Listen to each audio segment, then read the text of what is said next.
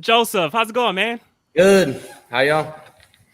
Doing pretty good, man. So before we get started, you're in the green room. You hear Michael talking trash. You got anything to say to respond? I'm gonna just let you guys hash it out right now. 20-gallon pump's outdated, man. You want some real flames? Put a 30 on there. Yeah, it is kind of crazy to watch what happens between the two different sizes and what goes on, man. I love it. I love to watch. I don't give a shit what car it is, as long as it's got big flames coming up. But it is fun to watch these guys go down the track and just whenever they go, it just lights it up. Oh, I man. mean, you can definitely tell a difference between a 20-gallon pump and a 35-gallon pump, definitely. We But don't get a pump on it right now, so we might even show up with a Scott's pump. You never know. The good news is we do have a 21-gallon pump as well, and Tulsa's only 3.5 hours from my house here. So Don't tempt me. yeah, I mean, here's the deal. it's all tempting right now, baby. This is all this is. We're committed to try to win the championship in Nitro Chaos with this kid, but it may open up. We may show up somewhere in the Midwest and do a St. Louis deal with you guys or a Tulsa. Just a little money shows up. You never know. So it's an amazing deal, like we talked about earlier. You're 22, right, or 23, Joseph? 24. 24 now. God dang, man. I think I've been talking to you for a couple of years now. I'm just getting older. I can't even tell anymore. But it's great to see, like we talked about this, 24-year-old young man, taking all this initiative with his dad, one being a huge family thing, get out here to race these cars because there's nothing easy about it. It's work, dedication. You can throw money. You always know money is there, but work, dedication, and wanting to show up and do this is the biggest thing. And it was just me, him, and another guy, to where I'm servicing the bottom end, doing the clutch, and running the valves and all that. But that extra help, that's everything. It don't just take money to run these cars. It takes a great team to win. If you want to win, you got to have a great team. That's all there is to it. You can, like I say, you can have all the money in the world, but if you ain't got a team to keep that thing together and put it together, you're just, it ain't gonna happen. And so for you, Joseph, first time I saw the cars when you debuted it out of, obviously it's your debut, but out of Stampede Speed, Texas Motorplex, Ennis, Texas last year. And I'm like, man, that is one beautiful race car. And so me and Michael start the show, which is centered around front motor top fuel cars. And I'm like, Joseph is one guy I would love to have on the show. And then like I said, I told you I saw you were going to Edgewater. I'm like, this is the time to do it. And so we're now on the precipice of Edgewater. It's been a long road of you getting this car on track. How excited are you to be making your debut out of Edgewater next weekend? I'm amped up. I can't wait. I've been sitting in the car and about wore out that throttle pedal. And I took a lot of time this winter when we first debuted it. I was like, okay, this is actually a good looking car. And we came back this winter and it, month after month going through it, nook and cranny. Now it's like, okay, we got a pretty hauling ass car. I think if it messes up, it's my fault. Yeah, we fine tuning these things. Like you can even buy a car ready to go, and to make it yours, you have to tweak little things here and there. And we've always prided ourselves on having cool, fast looking cars, and now we're going fast as well. So it's like the small stuff this winter. We got a spare set of heads with headers ready to rock. We got a spare short block ready to rock, We got a brand new spare tire in the top of the trailer first time ever, And it's like, oh, man, we're ready to go a couple times, So it's a good feeling. I'm amped up. I can't wait. And there's a guy out there, you guys already know, the Monday Morning Racer, Lee Craft. He's one of my good buddies. He covers Funny Car Chaos, Nitro Chaos. He says a motor in the front of a top fuel car is the way God intended it. And so for David, he's driven top fuel dragsters, funny cars, fuel altereds. For you, Joseph, why front motor top fuel car? What made you get to the decision of I'm going to run a front motor top fuel car? I went to help Brad, a couple years ago at the March meet, and he was taking me through his shop and showing me the car. And I started doing research, and it's like, damn, I just fell in love with that orange car that he had, that front motor car. And it was like, dude, that's the baddest car on the planet. And after you're just walking through the pit, seeing Hilton's car, full body car, when they're running a Chevy, and it's like, damn, that's it. That's funny cars are cool, and top fuel's cool, but dude, front engine dragster is where it is at. Don't matter what the motor combo is. My next cars are going to be that. Yeah, I think that's the beauty of the sport, is that it grabs different people in different ways. There's the aesthetic, the looks of a car, the vibe. California cool originally he had planned on maybe calling the car California Dreamin'. And, you know, we kind of stuck with the Nitro Clown thing because we've already built that crashed, brand. and it was like I was building the car, and he was stealing all my good parts and putting them on the funny car. And then as soon as we crashed the other car, it was like, bam, game on. I'm taking this. At the end of the year. And we did. We built the car in a month and had it ready to go. Yeah. I mean, So whenever you finally got to that point, you know, what was it like the first time you got to go get in it and fire it up just to warm it up? Because I remember what my experience was like. And then two, the first time that you really got to stab on that gas and really feel what it was like. The first warm up was like, damn, you know, oh shit, everything's working good. You know, nothing's messed up. I was like, dang, I put this thing together and it's all right. You know, it's like we had a couple fuel leaks and stuff, but we got it fixed, you know, and I'm just nervous as hell going up there. Never drove one. And, you know, I asked people, try to ask, you know, advice and stuff. They're just like, man, you got to drive the hell out of it. You know, you got to drive that thing more than anything. And it's like the first couple hits, I felt like that, you know, trying to drive it. But I kind of finally calmed down to where it's like, you know, you don't need to kill it. It's just, you got to just – I learned why they call them slingshots. You know, that's just a weird feeling the whole chassis while you're in the car down track and you make a move and, like, the whole thing, you know, it's just a reflex. Snaking down through there. But the first hit was like, you know, you go up there and it's staged and it's like, okay, damn, we're here. It's go time. And you're just feeling every cylinder hit, the chassis rock back and forth. And as soon as you stabbed it, it's just like everything goes away and it just starts sucking down through there. It's a great feeling, man. Yeah, there ain't nothing like it. They had us at the Stampede. They had us paired up that last run. They didn't have the clocks on for that deal, so we didn't really have a gauge of what ETs and 60 foot were. But the last run, we had got paired up with Terry Haddock, and we knew his car had run some 390s, and he was pretty regular 4.0 guy there. And just at the races he had been racing at. And so when it left, and I knew it was hauling ass. And I'm sure I've stopped it. Lockup. I've stopped it with the video stuff, and it was at least a 380 because we had him by about a car and a half. And I pedaled it. And he pedaled it too. So, and in that same combo in our funny car and Alter would run 370. So I'm sure just because of weight, it's probably a 360 car here. I'm pretty sure that it'll go 360s. The big difference is up until now, we've never had a computer on any of the nostalgia stuff that we've done. And so we have a computer on his car now. And we also have Donnie Bender to look at that computer because we're not smart enough to do it. But so the sky's the limit right now. And we're just tickled to death to get this thing out and down the track because I think it's got a lot of promise. I think it's got a lot of poop in it, as they say. It's ready to go. So what combination are y'all running in this car? Tell us kind of a little rundown of what you got going on. Yeah, it's got the 671. It's got, you know, the 44 amp mag. It's small cubic inch, 413, 3 3/4 stroke. You know, 4/187 bore. Stage 2. Standard stuff. Alan Johnson 2 heads. It's got the setback plate on it. The best used pistons money can buy. Nah, there's good stuff. It's got good stuff.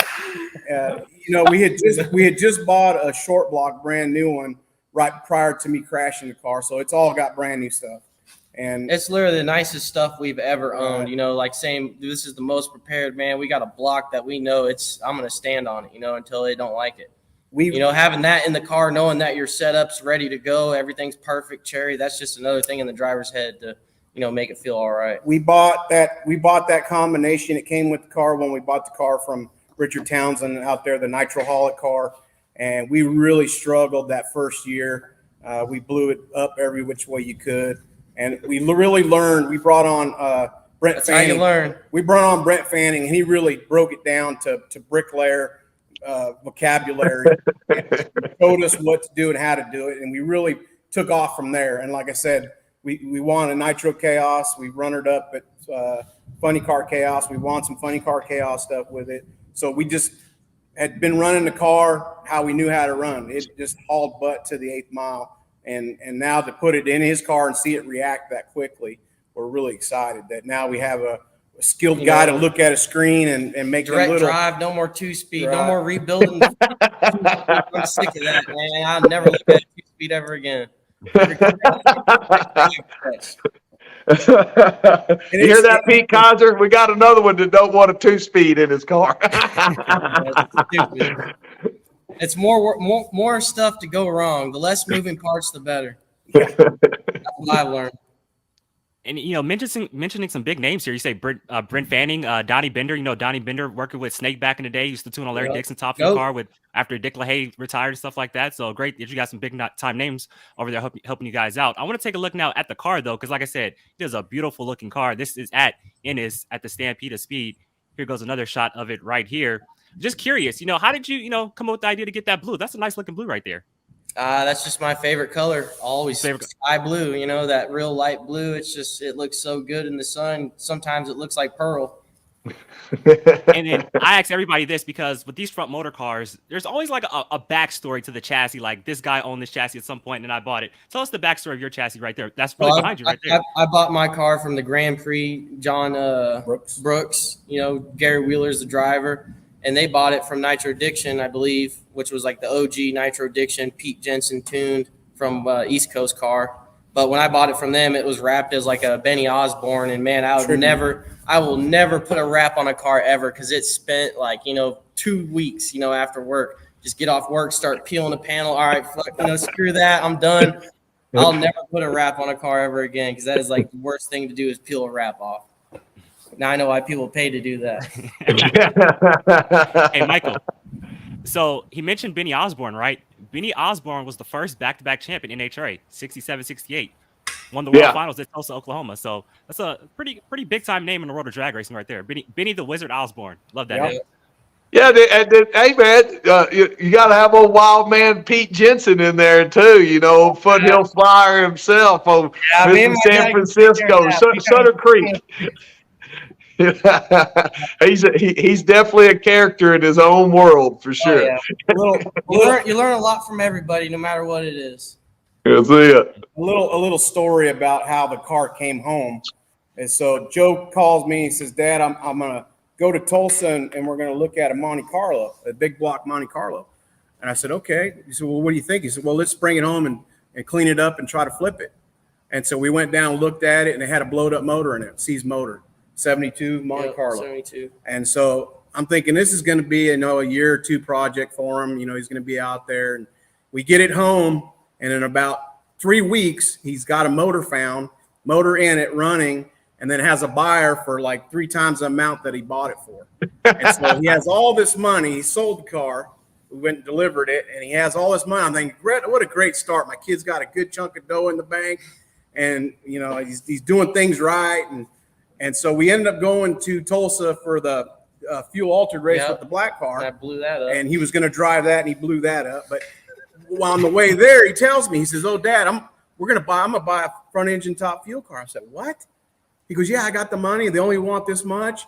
He says, "We're going to go look at it." I said, "Okay." So we went over there. But unbeknownst to me, he had already bought it. We weren't looking. He had already bought it. The cash was coming. And I'm like, me. "What in the heck?" I said, "We already got a funny car and fuel, but we got plenty of shit to go and drive." He goes, "No, this is going to be mine."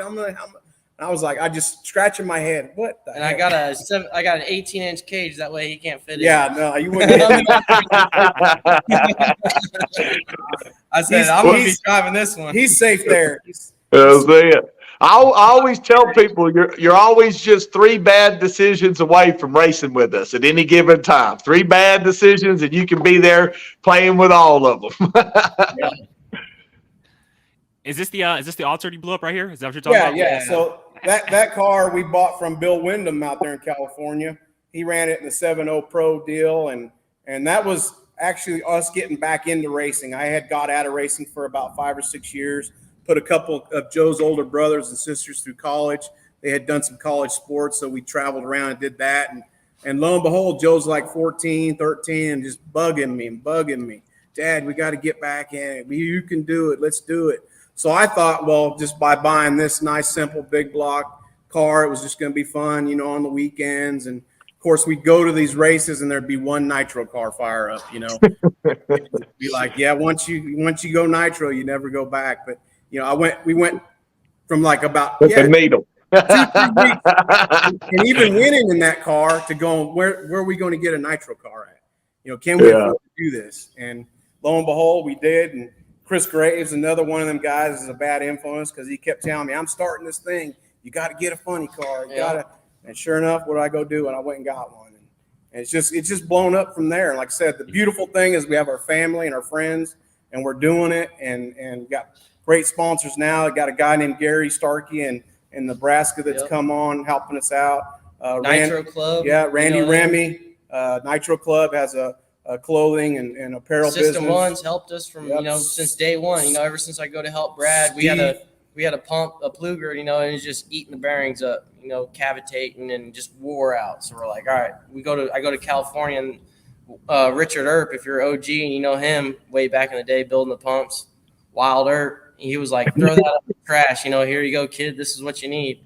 And they've helped since day one, Yeah, it's just along the way we've just been blessed to be fortunate to be involved with people that really care about us and our safety, and because we're dangerous. And if we didn't have these people, we'd have probably been hurt by now. Not that we and so financially, it's just good to have to be able to. I was growing up and got to race with so many hardcore, badass, real racers, to where it's like, man, I learned the right way. I saved a lot of years and time and headache and money learning, going out and paying my way to go race with these guys. What and not just to do. All that knowledge is priceless. Blocks and blocks of knowledge. To give an example, Joe, we got down to a week before we were going to go to Stampede last year, and the one piece we were missing was a little short 8-inch drive shaft, 40 spline drive shaft, and we had been back ordered and called and for months, the 2 or 3 months, and Joe made one text to Donnie Bender, and 2 days later it was at our house. Those are the kind of connections that make things happen in this business, and we don't have the out that most we're in Kansas. We're in the middle of nowhere. You ever heard of Toto? That's where we're at. It's about to tornado out here tonight. So if we see y'all go like this, we know what happened. just being in the middle of nowhere, you got to be able to trust. Okay, do I send these heads or this out to California to the East Coast to get worked on? Who knows when we'll get it back? Or do you send it out here? Or do you send it there? To the point where we're like, we can't rely on that. Yeah, and it's just it's the connections. You make the right connections, and it becomes affordable because you don't make the mistakes that cost you. Brandon from Nitro Link, and he was one of the first dudes we bought that Alter from. I mean, he's always helped us and sold us stuff on real good deals, and just them small deals like that. Yeah, he's a killer dude. He's a real good dude. He has is top of the line, fresh, good, basically brand new. Yeah, Nitro Link. If you guys need stuff, give him a call. Nitro Link out to California. He's big out there at the March meet. He's a staple in that area. So. And there's never a question. My dad shows me something, that he has, and it's like, dude, we get it. It's not like, oh shit, is it blowed up? Who's it from? And how many hands have been on it? Who did the machine work? Yeah.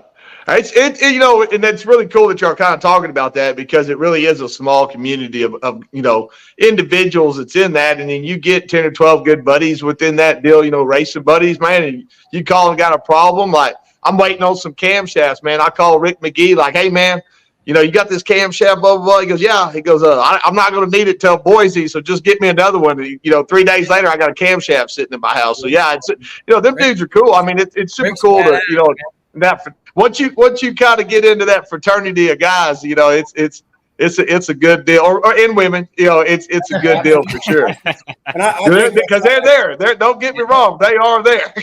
And I think that's the same thing we're getting at the Nitro Chaos and the Funny Car Chaos. It's a big family. If we go up there in Q2 and throw the blower off it, somebody's already brought a blower over for us to borrow so we can go up for round one. And we've done the same thing. We've gotten other people into the final round with our heads, and stuff. And that's Fred Farndon's first final round was with our motor, basically our top half of the motor. Right, and that's and it's like we couldn't even get out the jack stands. Our stuff was so messed up. So we pulled off the heads, put him on his for the final round, and he didn't win, but it was still that's the kind of people you want to be around, right? And not someone you have to walk through the pit and not look the way. It's like we ain't about all that, man. We work our asses off, lay brick, come here, work on the race cars, load it in the trailer, go to the racetrack, and just haul ass. That's all we want to do. Right. We don't want to talk. We don't want to, talk shit, or who cares what's on the car. That's why we built this 30-gallon pump. Hey, you already know I'm cheating if I show up. Hey, it's kind of crazy when you talk about that stuff because I've never run a 30-gallon pump on a car before, right? Like I've only ran on this one pump, so I wouldn't know no damn different. I'd probably still tear that shit up too. That is what ended up happening. We found a way. Yeah, I think I talked about it one time on that owner's driver's page. I had like a 150-gallon pump in there, and I got told it'd just blow the webbing out of the motor. I was like, it's a goddamn dump truck motor. It ain't gonna blow up like that. Yeah. But so what's y'all schedule looking like for this next week? I know you got the Chaos race coming up. So what's the deal? Tuesday morning, we're going to get up early and head off. It's about 9 hours to Indianapolis. We're going to stay there a couple days. We're going to go and take the tour. My car in the background there. We're still missing some key parts to get it together. And Alex Conway over at TSR, Tony Stewart Racing, he's second in charge there, and he's been getting us all the good parts. It's a 2020 Hellcat from Matt Hagen's deal. So we just got a lot of great friends in that town, and we're just like little kids in a candy store. We get down there, we go to the different shops, and we're in awe. We're just like, people think our stuff's cool. I mean, when we get there, it's like that's their job and that's their life. The pocketbook's never big enough. Yeah, it's. I gotta leave my credit cards and my checkbook. It's gonna be dangerous. This is gonna be the first time we'll stop with the trailer, though. All the room we need. We've just made some friendships, like I said, and so this is our little vacation. We're gonna take a whole week. We'll come back after the race on Monday. It's a day of travel on Monday, so we don't have to hurry home on Sunday. It's just this is what we do. We don't play golf. We don't. Shoot guns. We don't, football's okay once in a while in the playoffs, but we drag race. This is all we want to do. Work. Well, race. I feel like that y'all could get back in time to put a 20-gallon pump on that car and show up at Bandimere. And then just leave Bandimere and go on to that next race the next weekend. I don't see where that couldn't be a problem right there. Well, Hey, if it goes good, you never know what happens. We've done that. Bandimere is a special place in my heart. I grew up about an hour and a half north of there in Fort Collins, and 4 or 5 years ago, we got an opportunity to go up there. We got booked in to run the Fuel Altered, and I was in hog heaven because that's where I went to my first drag race at. I got to go under the tower and run that deal, and we just never been invited back since. So I don't know what's happened. I know they got a lot of issues. I made a hit in that black altar there too. Yeah, so it's it's a place I'd go race for free because it's cool. Well, I'm inviting you right now. You're literally invited right now. I mean, you are talking to the right person about that. Right. So I'll put you on the list, highlight you in yellow, say they're going to be there. Hell, I would don't just leave the 30-gallon pump on there. It's fine. Just come on, shit. Let's just go race. We'll be all right. Away from it. No, just leave it on there, man. You see how you are. Yeah. I mean, you just got to know where you're at. 9,000 feet, 30-gallon pump. Woo! We've got some 60 in the mag, and let's go. We've got some 45,000 head gaskets when we go up there, so we'll be going. No, that's killer, man. And I know that your schedule is going to be busy, just try to keep up with that Chaos deal and, what's going on. And, me and Chris go way back from whenever he did the SHRA deal. Hell, I was racing him in his dad's purple Slinky car and stuff. So, yeah, excited for him and what all he's done within that racing series. Yeah, good things happen to good people. Chris is a good dude. Yep. Aside our stuff, we're also teamed up with Mitch King Motorsports. So we have that on our plate as well. Joe's going to make some more license runs in the Big Show Top Fuel car later this summer. So we're excited about that. But no, definitely at some point we will come run with you guys. I don't know where it'll be, but I'm an old school guy too. Yeah, I want to get that 1320 feel too. So it's on our bucket list. Well, I'll tell you this, Joseph, you ain't felt shit until you feel that clutch really rolling after 660 foot. Whenever your eyeballs start really, and then they just go boom, I hear you, man. You're gonna love it. I'm telling you, I can already tell that you're easily ruined. It's not hard to ruin you. No. So once you do it, you're gonna be like, Next door, all man. I'm right. a camper. That's all I do.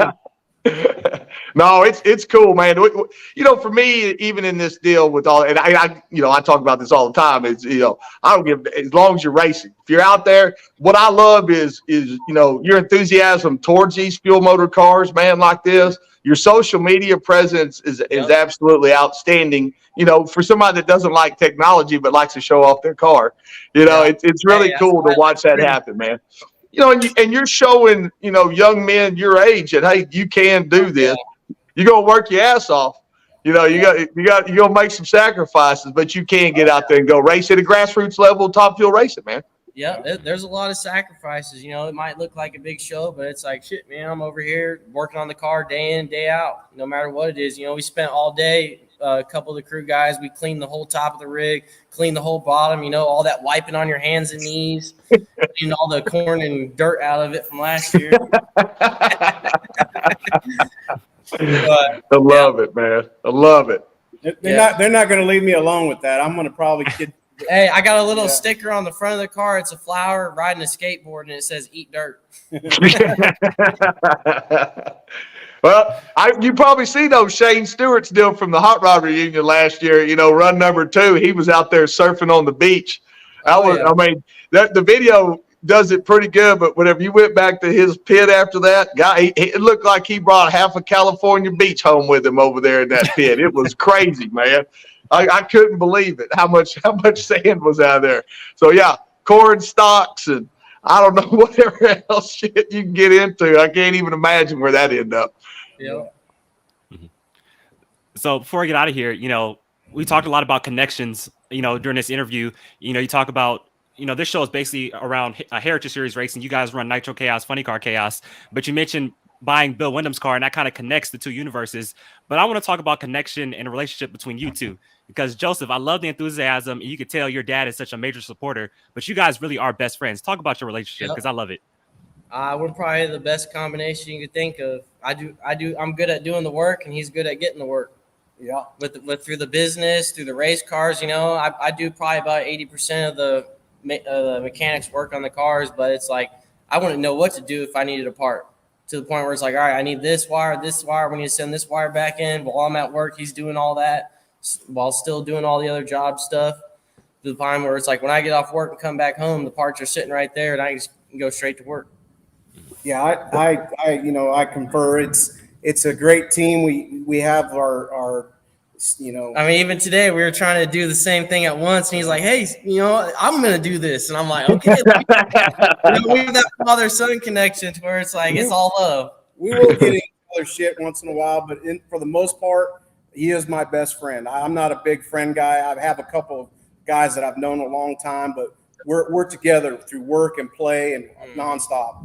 And like I said, he's shown a maturity at a very early age that was way above mine at his age. I'm telling you, at 22, I had no idea that you could do this. And he kept his focus, and he's onto it. And it's really, as a father, to see him. I tell you, I'm more nervous now than I've ever been standing behind the car and seeing him in these cars. But I know that he deserves it because he's worked hard for it. It's not something that his rich daddy gave him or put him and forced him into it. He has a passion and a love for it that I seen in him at age 4 and 5. We took him to monster truck races, mud races, and he was just all in, and I got the saying, I think some guys force their way into this like I have. I love the sport, but I've forced my way in it, and I think he's a natural. I think he's just born with it, and that's just how life is. Like you said, it's supposed to be that way. It's supposed to be it. Next gen. So I'm just a punk skater. That's it. From Kansas. We're trying to put Kansas on the map. I'm gonna get some red slippers and tie them around the back for when they run. We want Kansas, John Weeby. We want. So talk. Before they go though, Darren. As a dad, I got a 16-year-old son. That's probably going to be getting into this stuff here before too long. And whenever you were sitting there, I know this wasn't the first time you've seen him go down the track, but it's a different monster whenever you start talking about nitro motors and everything's in front of you and what's going on and, new car. What was that feeling like? There's some videos of you out there. You can see, the intensity that's going on, but what were you feeling inside? As a father? Yes, sir. Yeah. So like I said, I think the relief I have is that I know he understands how every part and how that thing is working. He knows how that clutch is going to lock up because he's been around and been working, and he can tear that stuff apart, and he's had it all apart and all back together. So that gives me a good sense that, we're not just sticking him in there blindly. And so he's way beyond his maturity as far as that goes. But it's still Dad's nervous. First time you're on the starting line, it starts header flaming, and he's like, "Oh shit!" Yeah. He didn't know what to do because he's used to sitting in the car all the time. Brent Fanning was there, kind of overseeing us, and he kind of had to push me aside, reach in there, and turn her down a little bit. Even our warm-up, our recent warm-up, I was like, "Dude, you never looked at me once to do nothing besides the very end." I was like, "We need a little communication while we're in there." We'll get it. Yeah, it just takes time. Time to learn good position.